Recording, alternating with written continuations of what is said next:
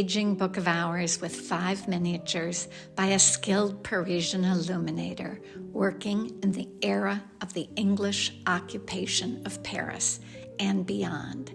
That is, from about 1420 to about 1450.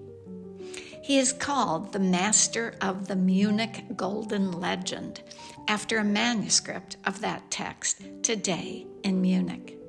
He worked closely with the celebrated Bedford master, our artist's hand distinguished in some of the best miniatures of the Bedford master's chef-d'oeuvre, such as the Flood and the Tower of Babel. Miniatures in the present manuscript share many features with those in the Bedford group. Compositions, the bright, crisp palette, delicate liquid gold highlights. Compare, for example, the borders and secondary decoration, as well as the Last Judgment miniature with those in a manuscript in Chantilly. Our artist was also a panel painter.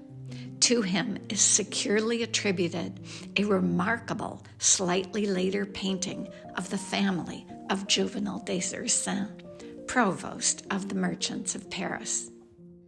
This manuscript, our manuscript, is a good witness to his earlier Bedford-like style.